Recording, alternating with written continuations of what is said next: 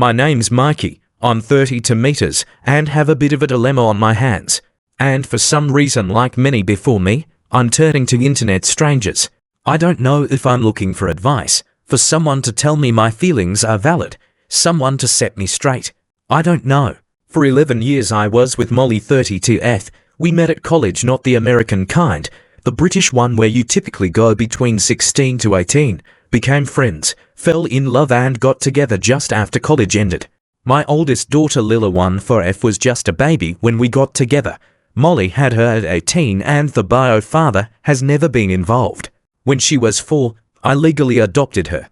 We then went on to have 2 more kids, Tilly 8F and Milo 5M. 4 years ago, around the time of my youngest's first birthday, Molly and I split up amicably. We remain really good friends and co-parent our kids well. We share a week-on-off routine, however our doors are always open on our off weeks. Our reason for splitting was simple: the romantic love we shared had become platonic. No arguments or fights, just a change in feeling. Molly has since moved on with a new partner, Megan to 9F, and they've been together for a year. This wasn't a shock, as she'd always been open about her bisexuality. Megan's great and the kids love her. Not long after the breakup, I noticed a new girl start my gym. I knew she was new because if you train at the same time every day, you tend to get to know the regulars. Man, this girl stood out for all the right reasons. She was heavily tattooed, had this wonderful olive tint to her skin, had the most inviting brown eyes. She had golden brown hair and she was thick in all the right places. If you were to draw my ideal woman, she was it. Honestly, I'm a solid 6. This girl was a 10 and way out of my league. She was also the type of girl you'd look at and just know that she was a nice person. She had the kindest eyes. For the next few weeks we'd pass each other in the gym and curtly nod and smile at each other. Nothing you wouldn't do with anyone else. I'd try my best to steal a glance at her, while simultaneously trying to not look like a creep. One Friday morning we both happened to be squatting in the racks next to each other. I'm very much a headphones on, dialed in type of trainer, so don't really tend to make small talk. While I was putting my plates away, out of the corner of my eye noticed she got stuck at the bottom of a squat and was in some bother trying to get up. As any normal person would, I ran toward her and helped her get the weight off her back safely. We finally got to talking. Thank you so much. I thought I was gone there. Maybe I should take some pointers from you. Winks at me. Goes pink anytime. I'm Mikey, by the way. I'm Anna. Lovely to meet you, Mikey. My knight in shining armor. Me. Goes beet red. Well, lovely to meet you too, Anna. Starts to walk away. Hey, I was serious about those pointers, you know. Me. I'm here the same time every day. Anna and I started training together every day, and on rest days we'd be constantly texting. We connected on so many levels. We liked the same bands, same movies, TV shows. We started taking turns driving each other to and from the gym, and in the space of a couple of weeks we'd become best friends. I knew that I was falling for her, but I couldn't imagine a girl like her ever liking a guy like me in that way. I came to find out that Anna was 30 and a tattoo artist who came from a Portuguese family. Her parents had moved to the UK before she was born. They own a restaurant in town. She had one brother and a son named Francisco, or Frankie, currently 6M, who was the product of a holiday romance when she was visiting family in Portugal. Her son's father is as present as he can be and visits his son every couple of months. I obviously also shared my story with her, my job as a teacher, my kids, and my relationship with my ex. After around 2 months of becoming friends and getting to know each other, something wonderfully embarrassing happened.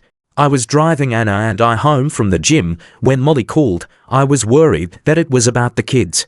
So I asked Anna if she'd mind me answering the call hands-free. Obviously, she didn't. Molly sounded quite ill on the phone and proceeded to explain that her and the kids had come down with the flu.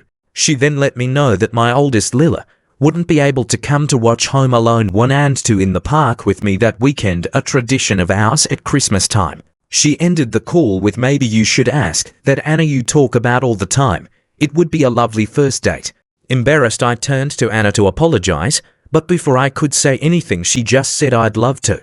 The setting was perfect. They'd put a marquee up with a giant screen in the middle of Butte Park. It was decorated with tea lights and we were given a soft mat to sit, lay on with cushions and blankets to keep warm. Gradually throughout the evening we got closer. She put her hand in mine and eventually she ended up laying on my chest. Every laugh she let out caused an avalanche of butterflies in my stomach. Between the first and second movie, she looked up at me. I stared into those brown eyes and without thinking said, "God, you're beautiful, Anna." She slid up and placed her palm on my cheek. I just said, "I'm sorry.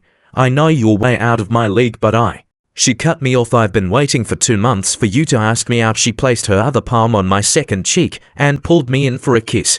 In that moment, I just knew. I loved her. We dated for 3 months before deciding to introduce each other to our families. My kids loved her. She's still Lila's favorite person and so did my parents. The first time I met her family was, well, eventful in all the right ways. She took me to her parents' restaurant where I'd meet her parents, Miguel 55M and Carolina 56F, and her brother Santiago Santita 5M. Her son was the star of the show. He was only 3 at the time, but I could already see my older girls doting on him, and my son and him being the best of friends. We hit it off perfectly and the food was incredible. Having drunk a few too many super box, Anna thought it'd be best that we stay above the restaurant in her old room.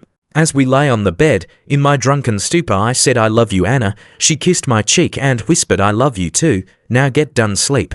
I woke to see Anna sitting up awkwardly next to me. She asked if I really did love her or if it was just a drunken slip of the tongue. I told her that I'd never loved a woman as much as I love her. She took my hand and said, "I need to tell you something." I was worried she'd cheated or didn't feel the same. What I wasn't expecting is what came out of her mouth. "Mikey, I love you, I really do. But if this is going to work, and I mean really work, then there's something you need to know." In my early 20s, before I opened my shop, I was working as an apprentice at a tattoo parlor in town.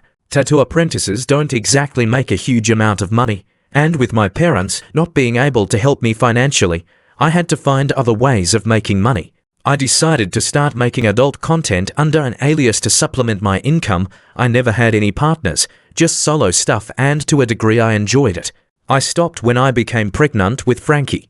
I don't want us to have any secrets, and everything I posted has been taken down. Can you accept me even though that's in my past?